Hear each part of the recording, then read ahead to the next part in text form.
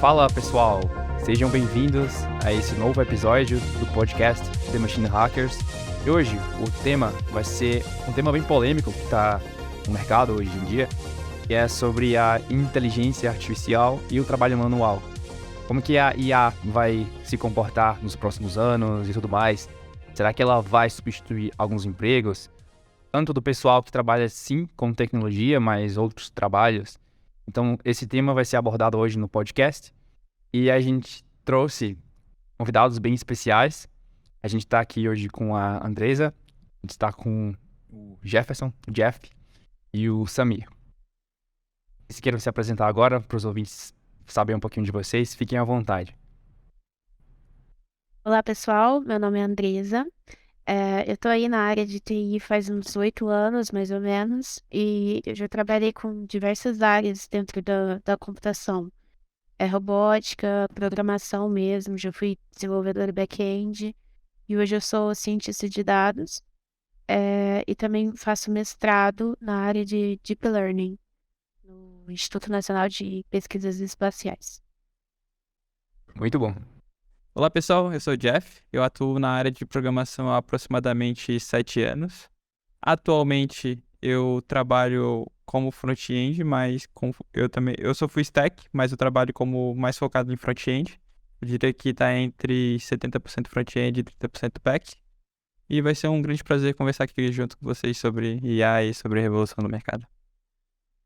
Fala galera, eu sou o Samir, né? Eu sou mestrando em Ciência da Computação, formado em Engenharia da Computação, estou na FMG hoje, e eu sempre estudei, trabalhei, né, em projetos de IA, tanto assim na área acadêmica quanto nas empresas que eu trabalhei. Hoje eu sou engenheiro de dados, eu trabalhei muito tempo como cientista de dados, eu dei uma migrada recentemente, e é isso, estou aí para somar hoje, tenho 26 anos. Prazer, todo mundo. Boa, valeu pessoal pela apresentação. Então a gente trouxe convidados hoje, sim, que trabalham no ramo da tecnologia, mas de diferentes divisões, diferentes áreas. Então a gente vai estar falando hoje com propriedade. Não temos nenhum especialista aqui, mas todo mundo já trabalhou com IA e sabe bem como funciona, né? Então a gente, para o primeiro bloco, vamos falar um pouco sobre a história da IA e como ela vem substituindo alguns trabalhos manuais, né? Ou seja, a IA não é um tema recente, é um campo de estudo que já existe na indústria e já existe também como pesquisa há anos, desde a década de 60, e foram lá pensados os primeiros algoritmos de IA, né? E eu acho que vale a pena falar um pouco a diferença de IA e Machine Learning para as pessoas que não entendem certinho. IA é um ramo de estudo muito maior do que só o Machine Learning. O Machine Learning seria um sub-ramo, um subgrupo lá do campo de estudo IA. IA pode envolver robótica também, IA pode envolver sim o Machine Learning, IA pode envolver algoritmos para processamento, de calcular rotas, essas coisas. E IA também pode envolver a parte de cibernética, se eu não me engano, né? Então é um campo muito, muito amplo. Então, quando a gente fala de IA hoje, geralmente a gente está se referindo ao Machine Learning, que são técnicas de aprendizado de máquina que a gente consegue calcular coisas e principalmente aplicar nos ramos de classificação, de regressão e de clusterização, né? Que são os três principais, como posso dizer, áreas de atuação do Machine Learning, ou IA, que a gente chama, né? Então, caso você esteja um pouco curioso para saber mais sobre IA, recomendo que você pesquise no Google o que é IA e seus subcampos de estudo, que vocês vão saber um pouquinho. Então, a gente tem aqui uma convidada que já trabalhou com robótica, eu também trabalhei, a Andresa, né? E hoje eu trabalho com IA, mas não necessariamente robótica. E a gente já viu que os robôs, eles vêm substituindo, né, na questão da montagem de carros, na questão em fábricas, e isso há muito tempo. Sobre aquelas máquinas os braços robóticos que ajudam também para monitorar esses processos e deixar eles mais ágeis. Então, vamos falar um pouquinho sobre isso, sobre a robótica na indústria automotiva. Andresa, qual foi a sua experiência que você teve com robótica? Assim, você já fez alguma questão de automação, alguma coisa de processo manual? Conta um pouquinho sobre isso. Sim. Na verdade, nem não necessariamente usando machine learning, né? Isso. A gente tem bastante trabalho de automação usando a própria programação mesmo. em sistemas embarcados ou sistemas com microprocessadores, né? E aí a gente conseguiu também já evoluir muito nesse cenário. Hoje a gente tem, principalmente na agricultura, e indústria como um todo, né? A gente já tem máquinas muito especialistas que conseguiram diminuir o erro, né, que existia nessas linhas de produção ao mínimo possível aí com um pouco esforço, né? Exatamente. Essa questão da indústria automotiva e indústria realmente assim da parte de fabril, de fábrica, ela já é uma indústria que vem sendo automatizada. Então a gente tinha essa concepção que a IA e a robótica vinha para substituir processos mecânicos, né? Processos de repetição, como existe dentro de uma indústria, tanto de automotiva quanto uma indústria geral. Então, essa redução da mão de obra humana, isso já vem sendo observado bastante. Também na agricultura, a questão de monitoramento, a gente pode ver que alguns drones e robôs estão sendo utilizados para monitorar plantio, colheita. Então, são feitos essa automação também. Eu já fiz um processo de entrevista para uma startup aqui no Brasil, e ela justamente tinha câmeras em um trator, e o trator ia passando e vendo a qualidade dos frutos, né? Era uma plantação de laranja. Então, isso foi um projeto bem interessante. Eu acho que o Sami já usou um projeto de imagens de satélite, né? Que são utilizados. Fala um pouquinho sobre essa tua experiência, Sami. Uhum. Eu trabalhei num projeto que era monitoramento da floresta amazônica, né? Era para tentar prever onde que seriam, assim, as regiões com maior risco de desmatamento futuro, assim. Então, porque, né, assim, o grande problema que a gente tem, né, com a floresta amazônica é a extensão dela, né? A gente vive vendo nas notícias como que o desmatamento tá aumentando, e eu acho que é sempre, assim, meio difícil pra gente ter noção do porquê que continua aumentando e, sabe, ninguém simplesmente, né, vai lá e fiscaliza. Mas por causa Exato. da grande extensão, né? Então, a IA, né, nesse caso, a machine learning, nesse caso, vem justamente para tentar remediar essa questão de não tem como ter pessoas na floresta inteira, né? Ou vasculhando tudo ali. Então você automatiza, né? Por meio das imagens satélite, você vai automatizar essa predição, esse monitoramento e, e aí você consegue, né? Assim, mitigar um problema que se você não tem essa tecnologia, né? É basicamente inviável. Com certeza. O Aí impacto é muito grande. não necessariamente na agricultura, né? O Brasil ele é pioneiro nessa questão de sensoriamento remoto. Temos pesquisa aí valorizada pelo mundo inteiro sobre preservação e estudos de uso e cobertura do solo, né? Com imagens de satélite. Exatamente. Muito legal. Eu tenho uma dúvida aqui que enquanto eu ouvi vocês falando, me surgiu no meio disso tudo. E como fica o lado da programação para IA? Eu basicamente eu conheço muito pouco relacionado a IA. Eu tô tendo muito contato agora por causa do ChatGPT, né? Mas eu nunca tive um contato profissional com a IA em si, usando as ferramentas e tudo mais.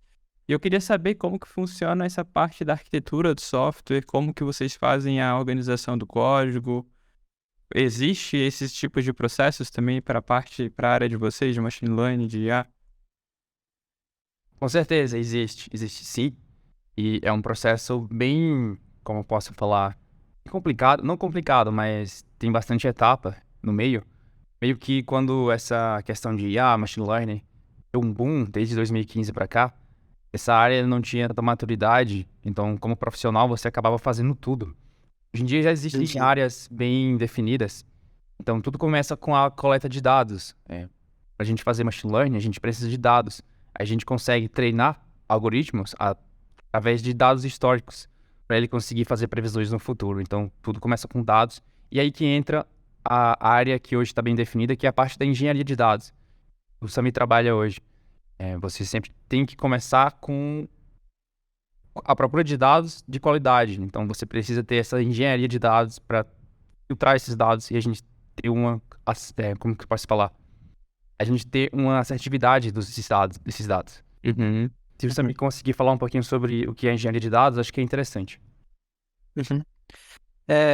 Achei legal a pergunta do Jeff, porque eu acho que o André talvez tenha a mesma percepção. Eu acho que é algo bem recente, né, que a gente começou a ter, assim, noção boa de quem tem que ter qual papel dentro de uma equipe de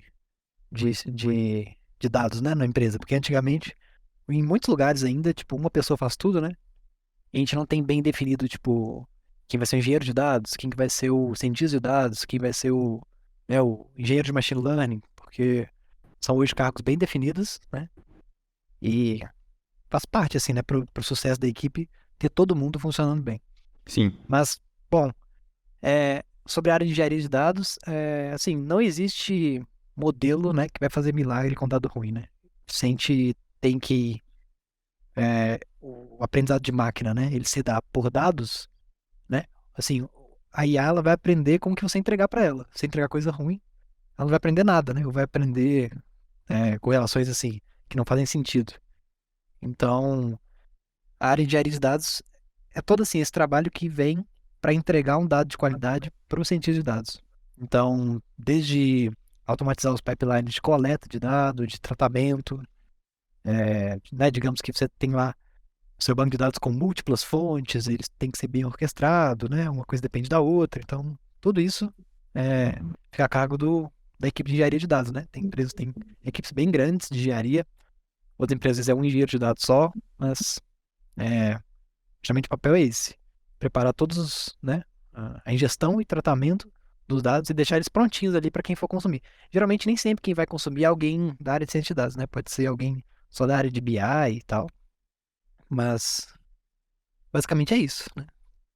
É Dando uma importante. resumida. Sim. É isso aí Legal. que vocês falaram faz muito sentido, que é uma coisa que a gente discute muito dentro do cenário de inteligência artificial, que é o quanto você gasta mais tempo preparando e tratando os dados do que implementando efetivamente o modelo, né? Porque toda vez que você tenta ultrapassar o carro na frente dos bois e, tipo, pega um dado meio mal organizado ali e taca no modelo, você tem uma resposta equivocada da sua rede, né? Que às vezes até pode parecer que ele te atende, mas ele não te atende. Às vezes ele tá te enganando, né? Ele sofreu um overfitting, alguma coisa do tipo. Overfitting é quando a rede ela se treina com os dados e não ela passa do treino, ela fica viciada. Então, quer dizer que ela já tem todos os resultados, ela não aprendeu, ela decorou os resultados. Aí fica impossível de generalizar. Então, Isso. quando Por o exemplo, modelo... aí quando você aplica num problema real mesmo, ela não vai te adiantar para nada, né? Exato. Como que vocês fazem para identificar que aconteceu isso? A gente tem técnicas, né? Pra É, ter certeza existem que meios de avaliar a sua rede, né? A gente tem métricas mesmo, que são métricas estatísticas para avaliar o modelo. Tem a Pra estatística. generalização, tem a acurácia, tem o erro. E aí, tudo isso aí são alguns hiperparâmetros que você configura em um modelo de machine learning, né? Exato. Legal. E vocês conseguem automatizar essa parte de identificação se está acontecendo esse problema? Usando uma outra IA para fazer isso, por exemplo? Um outro IA não, mas nunca vi algo do tipo. Mas a gente consegue sim automatizar. Como tudo na informática, né? A gente consegue fazer sim um códigozinho pra checar alguma coisa. E pra quem vai tomar a decisão final, sempre seja o humano. A gente consegue dar várias opções e o ser humano no final ele vai tomar a direção que faz mais sentido, né? Então isso é bem legal que a gente consegue automatizar quase tudo hoje em dia. Quase tudo. Então, respondendo a pergunta do Jeff inicialmente, a gente usa sim a programação. Basicamente, quando a gente está construindo um sistema de IA ou de machine learning, a gente está usando um software normal que outras pessoas usam para fazer aplicativos, alguma coisa. Sendo que a gente vai estar no meio do processo colocando uma lógica a mais, que seria o modelo de machine learning, né? Que é a inteligência que a gente chama. O cara que vai chegar lá, pegar os dados e tomar aquela decisão. Lá, isso é X, isso é Y, isso vai fazer isso aqui, isso aqui. Então isso seria basicamente o modelo. E para a gente subir essa arquitetura, a gente precisa de todas as ferramentas que a gente já usa na internet, seja uma ferramenta de containerização com Docker, um cluster Kubernetes, onde você vai colocar lá seu aplicativo rodando.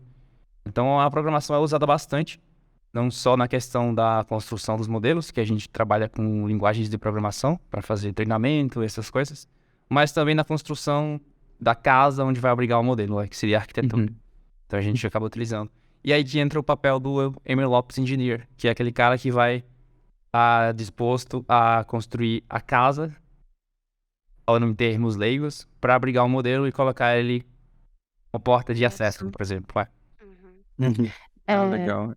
Juntando todos esses quebra-cabeças que a gente falou aqui, a gente falou da coleta de dados, da parte de engenharia, a gente falou da parte da engenharia de machine learning, a gente falou do MLOps, né, que é o ato de você hospedar e colocar essa aplicação em produção. Tudo isso é como um software comum. No caso, você trabalha com back-end, front-end, a gente pode, por exemplo, pegar esse modelo depois e colocar num site com front-end normal. Então, usa Git, usa Cloud, usa containerização. E usa tudo isso que a gente tem no ambiente da computação, as esteiras, né, de desenvolvimento. É tudo normal mesmo. A diferença é que a gente usa pacotes dentro, por exemplo, de um sistema de machine learning programado em Python, por exemplo. Você usa bibliotecas e pacotes e APIs que estão disponíveis na comunidade, que são específicas para machine learning. Mas, tipo assim, é um código, é um programa de computador como qualquer outro. Exatamente. Legal. E geralmente vocês, por exemplo, vocês trabalham em um contexto de uma empresa, né? E aí, geralmente, depois que vocês criam todos esses modelos, vocês disponibilizam eles para serem consumidos via API ou alguma coisa do tipo? Isso. Exatamente. Ser como for o objetivo do projeto. Por exemplo, você vai desenvolver um aplicativo de machine learning para o time de marketing, por exemplo, que seria um algoritmo de recomendação, alguma coisa do tipo. E aí, tipo assim, como ele vai ficar em produção vai depender do escopo do seu projeto mesmo. Pode ir para um site, pode ir para o back-end, não aparecer para ninguém. No caso do ChatGPT, por exemplo, é um bot, né? Você consegue conversar com ele tem um front-end, tem um site. Então, o algoritmo de machine learning, ele vai ficar ali embutido no que você quiser colocar ele. Exatamente. Então, Legal. entrou essa parte de engenharia. Então, como a gente vem falando, olha só, a IA meio que tá automatizando algumas coisas, mas gera também bastante emprego e bastante área, infelizmente, na tecnologia, né? Mas todas essas áreas que a gente vem falando aí surgiram dentro da última década, né? Nem isso. Acho que nos últimos 7 anos foram surgindo todas essas áreas aí. E elas ainda estão em maturação. Então, apesar de a IA do Machine Learning sim conseguir automatizar algumas tarefas, mas ela cria mais tarefas da área de tecnologia. Então, a gente está falando de dezenas de carros que não existiam antes, que hoje existem. Então, meio que a gente pode observar uma tendência que é a especialização dos trabalhos. Hoje, tudo que é motor manual já vem sendo substituído há anos, mas a tendência é que seja mais ainda, mais ainda.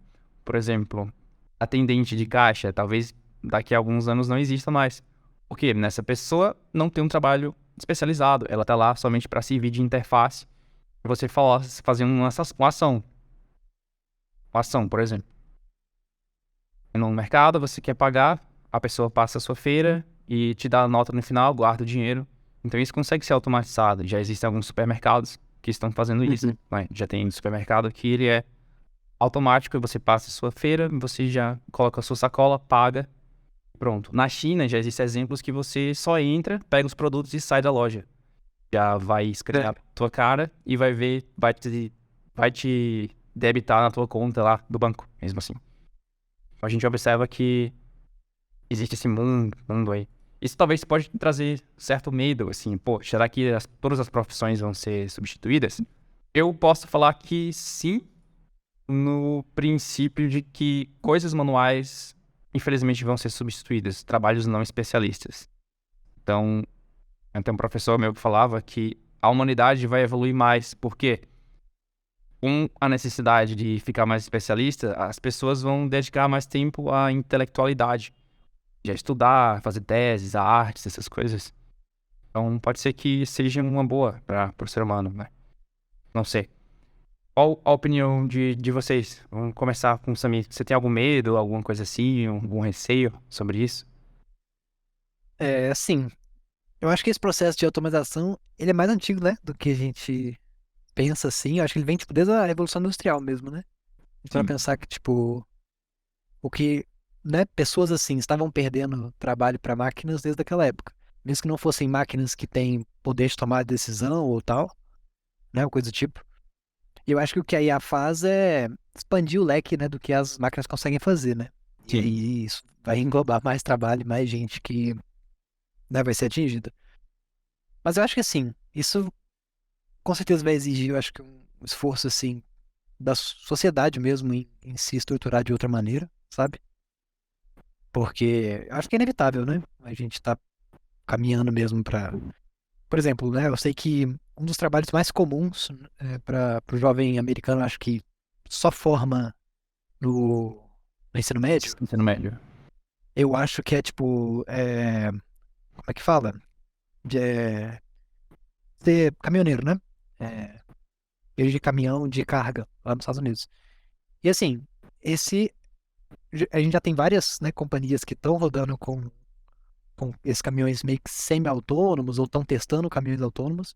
E é algo que, assim, provavelmente vai ser impactado, né? Em breve. Então a gente está falando de um cargo que é muita gente, né? Cargo quase majoritário, assim, para o jovem americano. E esse cargo vai ser com certeza atingido, né? Se a gente colocar, sei lá, não sei, 5, 10, 15 anos, beleza? Mas Sim. o impacto vai ser grande, né? Na sociedade. E esse é só um exemplo, né, do que pode ser, entre aspas, substituído ou semi-substituído, né? Eu acho que no final sempre vai ter um humano para tomar a decisão e tudo mais, mas a quantidade de pessoas necessárias vai diminuir. Vamos dar um chute. Uhum. Tem pessoas que poderiam ser necessárias para tocar um negócio e vão ser necessárias, sei lá, 20, né? Então, Uhum. profissões não vão deixar de existir totalmente, mas vai ter um corte bastante alto.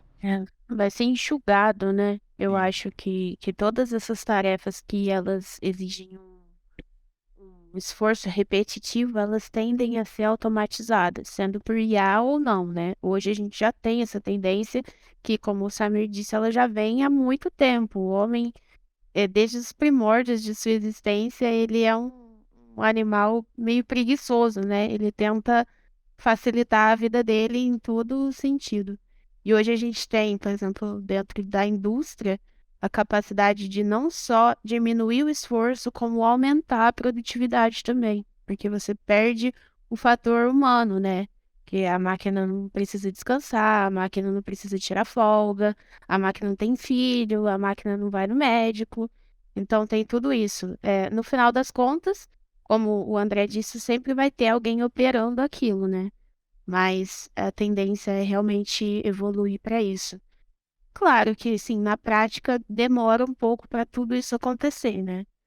Exato. Não é uma revolução, é uma evolução, né? Vai se tornando natural, como hoje já é natural a gente entrar numa indústria de produção em série e ver só máquina e algumas pessoas operando. Isso já é muito natural para a gente.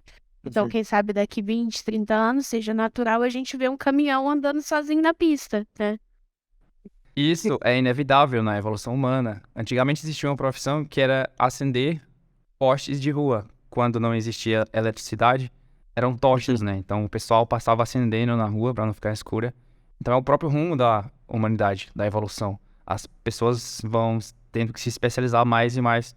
Esses trabalhos manuais vão se acabando. Sim, e provavelmente esse tipo de medo que a gente está enfrentando hoje é o mesmo medo que o pessoal da indústria automotiva enfrentou há 50, 60 anos atrás, por exemplo. Se você parar pra pensar, antes os automóveis eles eram montados manualmente, né, por humanos. Hoje em dia é tudo feito por máquinas.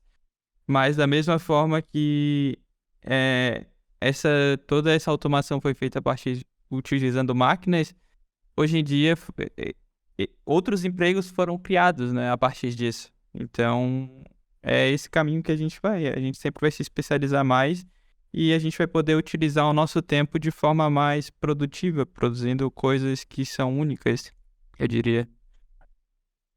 Exatamente.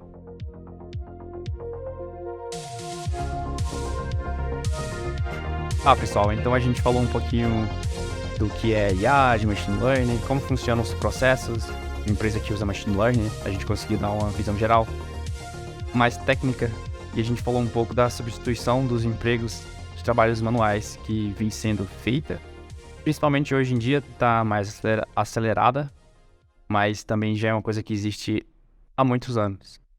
Mas uma coisa interessante e que ninguém se falava há algum tempo, a gente não acreditava que a IA iria substituir trabalhos criativos, né? Elas eram mais feitas para substituir ou auxiliar trabalhos mais manuais, como, por exemplo, montagem, atendimento, uma coisa que não requer tanta capacidade cognitiva. Mas o que surgiu com o ChatGPT, o Midjourney, são as IAs criativas, que a gente chama. Então é o IA que consegue criar coisas como se fossem humanos, seja um texto, seja uma pintura. Então a gente está vendo o surgimento de muitos aplicativos que fazem isso hoje em dia. Era também um certo medo a pessoas que trabalham com processos criativos, sejam escritores, sejam artistas, sejam pessoas que trabalham com texto no geral, editor, escritor, seja uma pessoa que trabalha com copywriting. Então surgiu esse medo recentemente nas redes sociais. E também as IAs podem fazer código. Já existem algumas que você escreve uma frase e ela traz um código pra gente, um código de programação. E a gente pode ter esse medo. Nossa, será que vai substituir? Então, nem nós que trabalhamos com tecnologias, talvez, não estamos seguros com isso. Então, é bem complicado. Jeff, já aconteceu alguma coisa assim? Um exemplo que você passou de uma ferramenta que você viu, que tem um medo, um receio para a área de front-end e back-end? Talvez essa seja uma das perguntas que eu mais recebo ali no meu Instagram, se for para pensar. Será que nós vamos ser substituídos? Será que a IA vai conseguir suprir a necessidade de, por exemplo, um programador júnior que não tem tanto conhecimento?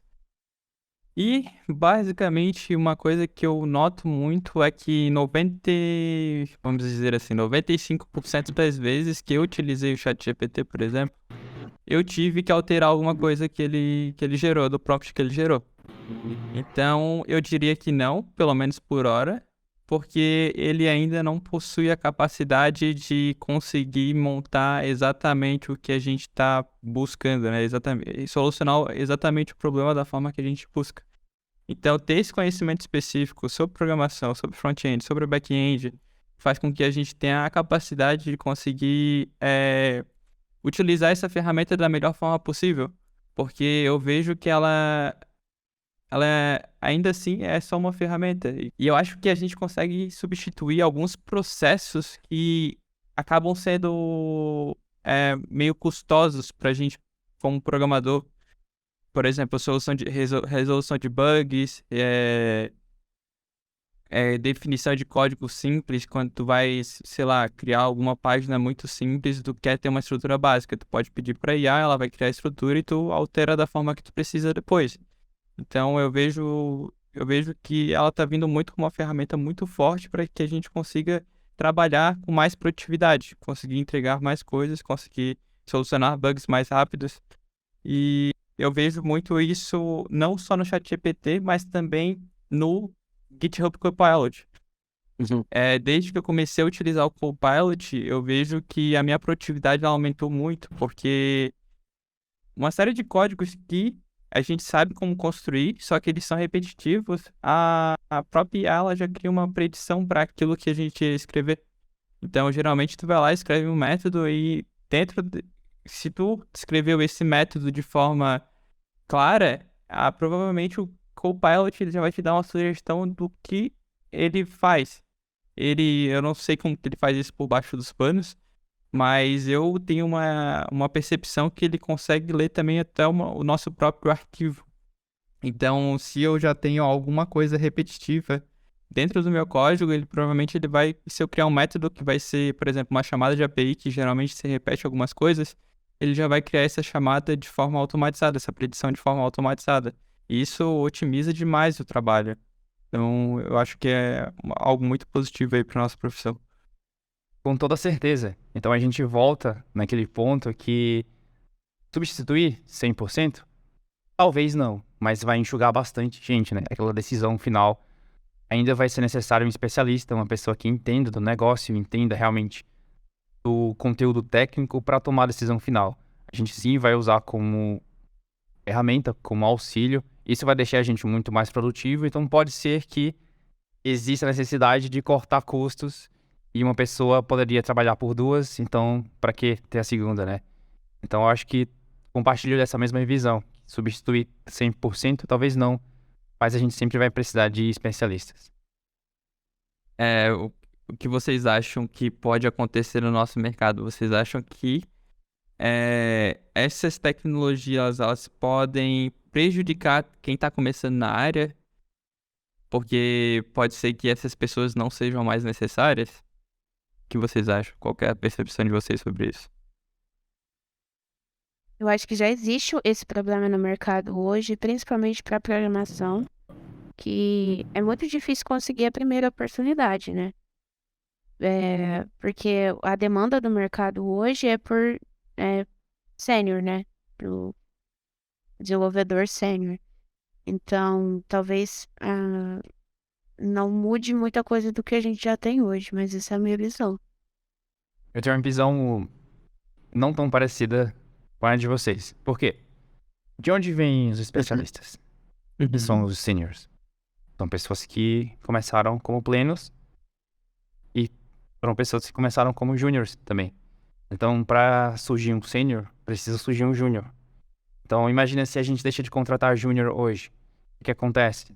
Daqui a 10 anos não vai ter nenhum sênior. Então, eu acredito que ainda vai ter oportunidade para o júnior, é inevitável. As pessoas têm que ter uma base para começar, tem que começar de algum canto. Mas talvez não haja necessidade de contratar tantos júniors. Ou seja, um júnior talvez ele consiga fazer o trabalho de 5 utilizando uma ferramenta desse tipo. Mas ainda ele vai ter que aprender como a ferramenta funciona, como é a tecnologia que ele está usando. Ele vai ter que começar a se especializar ao longo da carreira. Então, eu acho que sempre vai existir júnior, mas talvez exista menos daqui para frente. Então, talvez a gente precise estudar mais. Como eu falo, a gente como humanidade, a gente precisa se especializar muito mais para conseguir uma vaga de júnior. Não vai ser tão fácil como hoje é. Sim. Foi mais ou menos isso que eu quis dizer. Até porque a gente vê muita pessoa que está começando agora e não consegue oportunidade, né?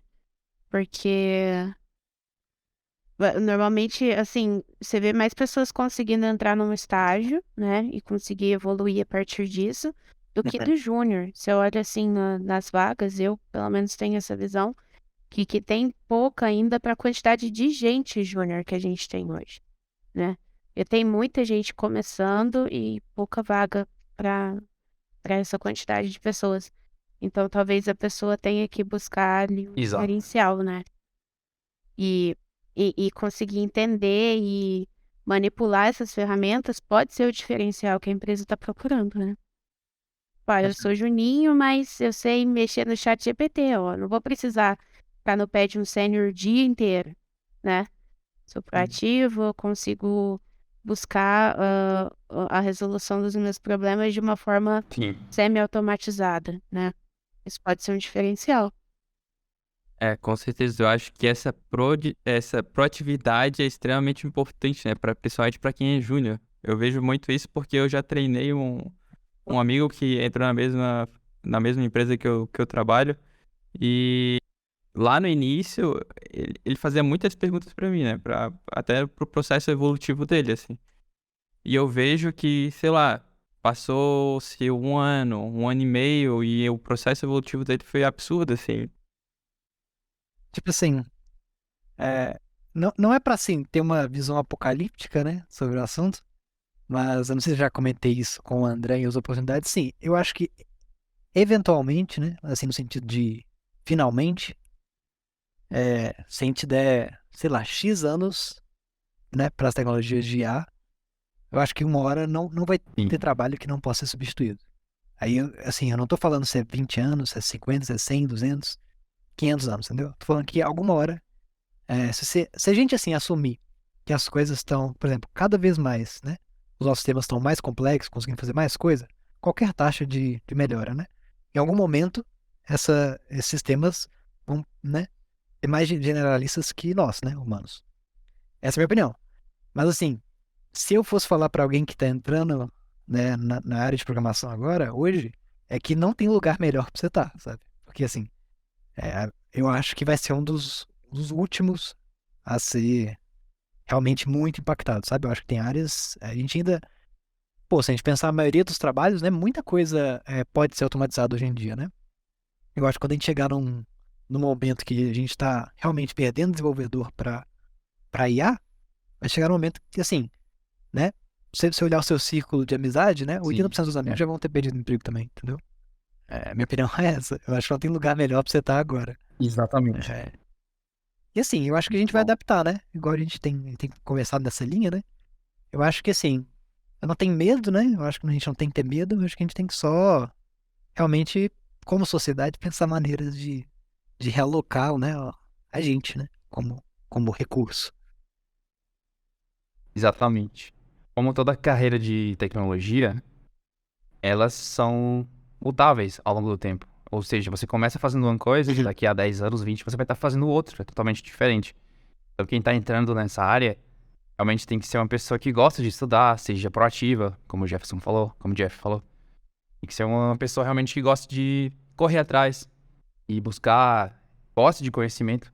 Porque a carreira de tecnologia, de TI, é realmente muito mutável. Sempre você vai estar ir voltando, fazer uma coisa diferente, estudar uma tecnologia nova.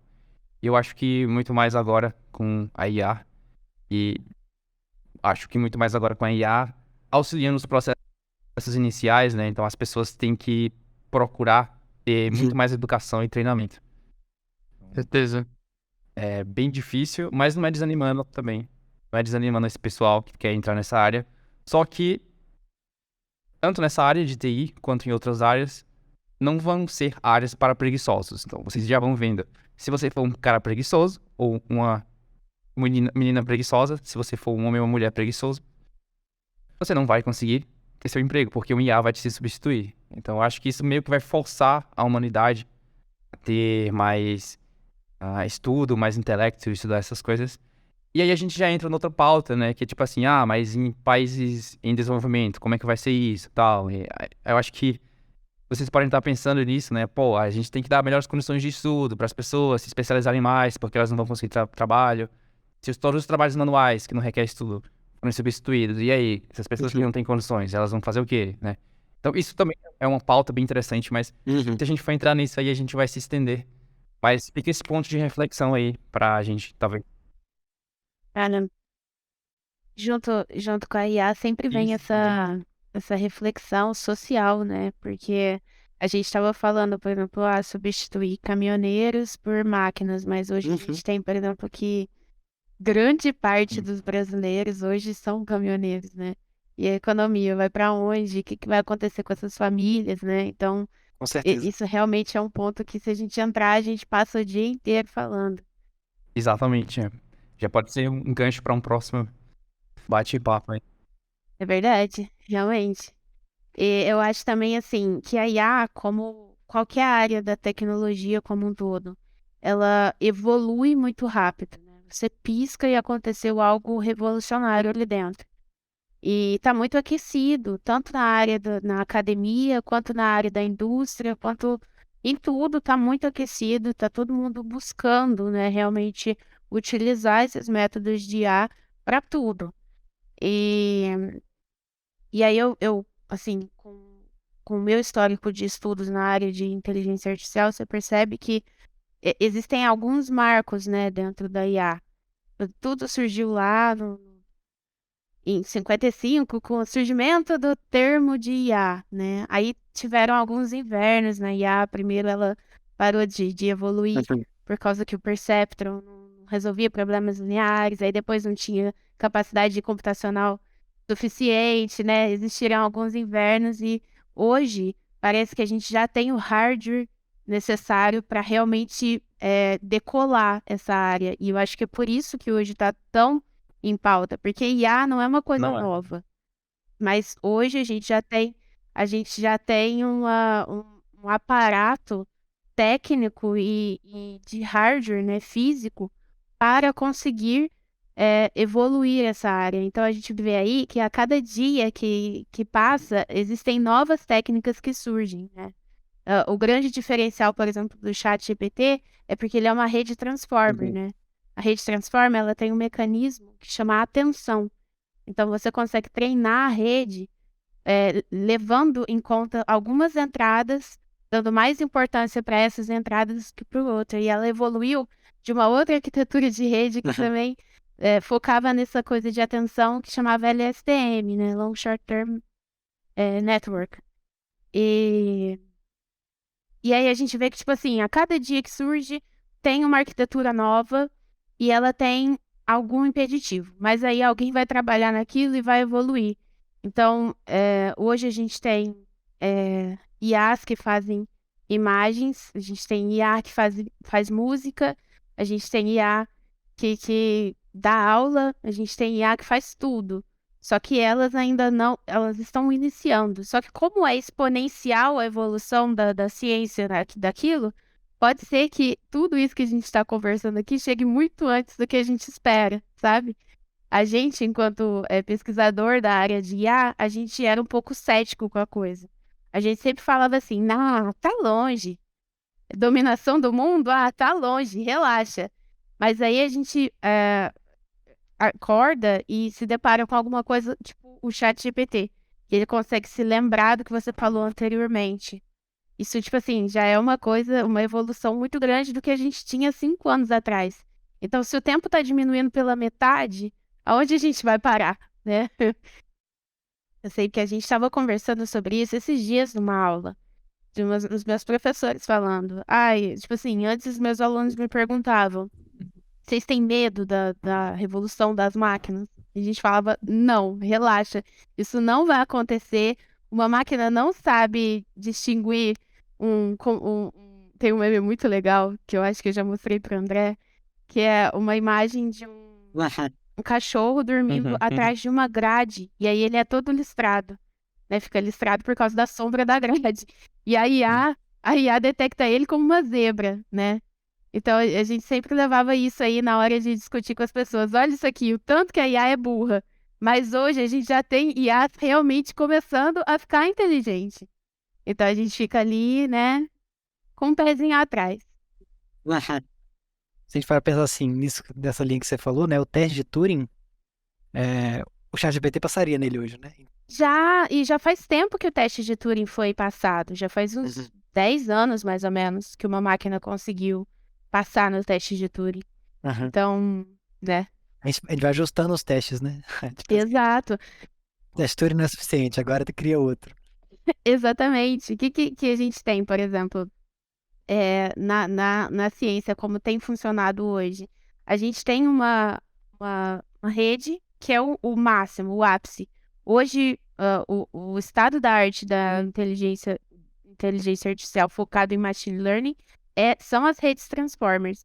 Mas uma hora ou outra, de tanto os pesquisadores estudarem ela, eles vão achar uma brecha nela. E aí vão começar a estudar uma forma de evoluir aquele modelo. E é isso que eles fazem, vão evoluindo, e evoluindo, evoluindo, e uma hora ou outra eles vão realmente conseguir um modelo que seja realmente bem próximo do que a gente tem da inteligência, né? A Andressa comentou uma coisa muito interessante ali que eu fiquei com dúvida enquanto ela falava, que era com relação ao chat GPT entender o contexto do chat anterior. Algum tempo atrás eu estava fazendo alguns testes utilizando a API do OpenAI e para que a resposta da API entendesse o contexto do chat que eu tinha iniciado, eu tinha que enviar a resposta anterior como uma nova requisição. E aí ele conseguia pegar a partir da resposta anterior e me dar uma nova resposta. Por exemplo, ele me deu uma resposta que estava incorreta. E aí eu informei para ele, essa resposta aqui ela não tá legal. Daí ele vai se desculpar e tudo mais, né? E vai te dar a resposta correta. Só que para fazer isso, eu tinha que enviar o prompt anterior para ele novamente. E aí Uhum. E aí ele se encaixa nessa parte de entender o contexto do chat mesmo, ou ele só tá relendo o que foi enviado anteriormente como resposta? Não, o que que acontece? O que eu quis dizer de memória de longo e curto prazo é do início do chat até o final. Você já conversou com algum bot de atendimento, por exemplo, de alguma marca, para reclamar ou para. Se você não digita um número, ela não sabe fazer nada, né? Uhum. Agora o chat GPT não. Ele guarda o que você falou do início da conversa com ele até o momento que você ainda está conversando com ele. Isso aí já é uma grande evolução do que a gente tinha até alguns, sei lá, um ano atrás, mais ou menos. 2 anos. Perfeito, matou minha dúvida totalmente. Eu queria ouvir um pouquinho sobre você, de vocês, como vocês estão utilizando o chat GPT no dia a dia de vocês. Pronto, eu usei o chat GPT para construir a pauta desse podcast. Então, ao invés de eu passar lá 15 minutos pensando, eu fiz em 2. Né? Tem ajudado também na produtividade do dia a dia. E, por exemplo, essa semana eu tive que dar uma resposta negativa a um candidato de uma vaga. Então, como eu não sou a melhor pessoa para escrever um texto formal, também utilizei o chat GPT para escrever uma resposta formal, dizendo que a pessoa não era a candidata ideal para a vaga. Então, isso ajudou bastante também. Então, são pequenas coisas que talvez a gente conseguisse fazer, né? Mas demorasse seus 30 minutos, 20 minutos. E a gente consegue fazer com 5 minutos. Eu não tenho usado muito no meu dia a dia. Eu entro de vez em quando para dar uma explorada, para tentar sacanear ele, porque eu gosto de tentar sacanear a IA. E a gente faz muito desse exercício lá dentro da pós-graduação onde eu tô, e é buscar as falhas dele, sabe? Porque isso é muito importante, porque todo mundo hoje fala muito do ChatGPT, ele é realmente incrível, mas a gente tem que tomar cuidado, né? Porque é uma rede, ela comete erros como qualquer outra inteligência artificial. Principalmente quando a IA ela não é treinada por especialistas. No caso do chat GPT, ele se autotreina junto com o chat, né? São pessoas conversando com ele. Então você pode pegar, às vezes, uma resposta que ele deu certa e falar que tá errado. E aí ele vai concordar com você. Você falou que tá errado, entendeu? Então é muito, principalmente para crianças e o pessoal que está começando agora a brincar com esse chat, entendeu? É importante lembrar que aquilo é artificial, né? Não é um especialista conversando com você. Ele simula a realidade e simula a inteligência. Então é importante sempre propagar isso para as pessoas quando se fala de inteligência artificial. Não é um ser inteligente realmente que está ali conversando com você. É uma máquina, é um algoritmo que simula a inteligência, né? Exato, ele está repetindo informações que foram passadas para ele ao longo dos anos, né? E ao longo de toda a história da humanidade, que ele pegou dados e tudo mais, desde tantos anos na internet. Informações corretas e informações não corretas, né? Então, às vezes, numa criança que não tem essa distinção, né? Pode, por exemplo, aprender coisas que não tem nada a ver com o que ela realmente precisava aprender. Então, quando é importante conversar sobre isso na divulgação de IA como um todo, que não é uma coisa a se confiar de olhos fechados, né? Com certeza. Então, pessoal, a gente já falou de várias coisas aqui nesse podcast, mas chegamos na conclusão que as ferramentas de IA estão, sim, substituindo alguns trabalhos manuais, ou até mesmo não substituindo totalmente, mas enxugando bastante. E a gente viu que isso tem um impacto no mercado de trabalho. Seja profissões que sejam de certa forma, mais manuais, sejam hoje profissões criativas, né? Eu acho que nem tanto, as profissões criativas não estão sendo tão substituídas, mas podem sim ser com essa invenção que viemos falando aqui, com o ChatGPT, Midjourney e essas outras coisas.